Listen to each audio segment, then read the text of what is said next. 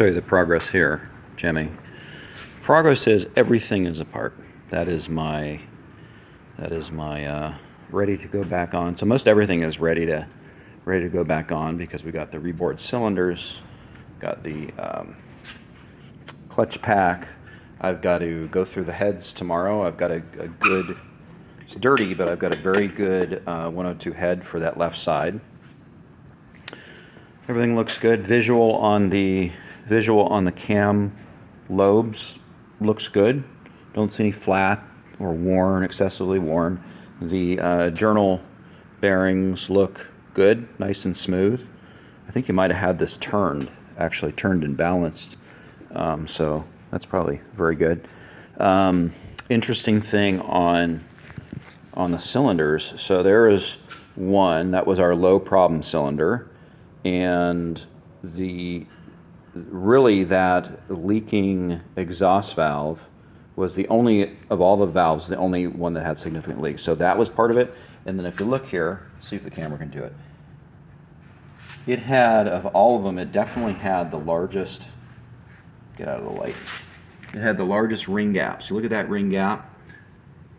That's a little smaller. And the higher compressions, you see how that ring gap is noticeably just visually. I think that's the smallest ring gap. That's almost in spec, probably like a 25. And then that one there. So the higher compressions on the odd side made sense because the head actually looked pretty good.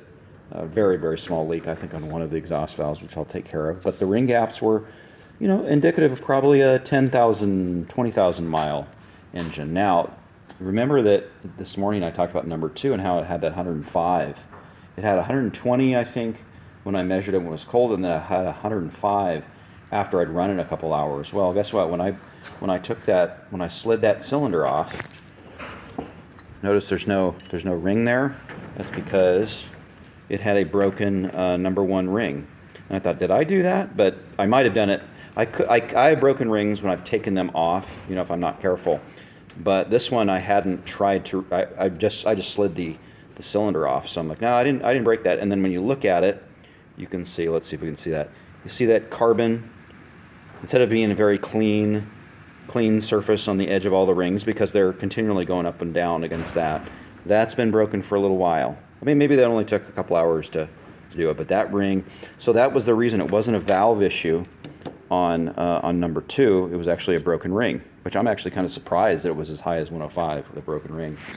But that's a good point of data. So it ended up being low on this, the original at 60 to 90 because of the leaking valve and this, for whatever reason, this huge ring gap there, almost double the size of say 6. So this right here, these two with their different problems, with their low compressions, especially with a broken ring, was ended up being a good call for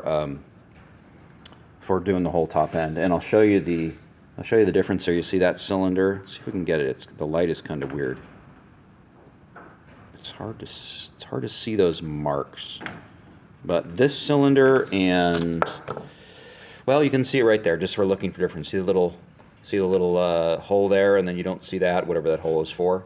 Notice that hole does not exist on 2 of the cylinders. And the light's hard here, but those are the cylinders that don't have that smooth surface. They also don't say 20,000s on the face, although they are 20,000s because they're on it. But for whatever reason, they're 2 different. I'm saying cylinders. I meant to say pistons. And by the way, I've got them at the connecting rod place where they're going to mount them. I'm going to pick them up tomorrow morning. But these are the thinner connecting rods with the early model. The fatter connecting rods are going on the new ones, which they're the same. The only difference is that they're fatter, and they put those in the turbos and all the late models. So that's good. That'll just mean you just have a little extra strength. You're not going to break a connecting rod because they did that for a reason. So anyway, the cylinders weren't terrible. Some of them were close. In fact, this one was the closest to being out of spec at like 3 or 4 thousandths of roundness and taper. But some of them were within just a couple thousandths, which is kind of like midlife. But we're getting all perfect. I measured all of these. Let's see, using my handy dandy bore gauge here. And so I measured all of these for taper and roundness and ID, and they're all within like half a thousandths, which is really good.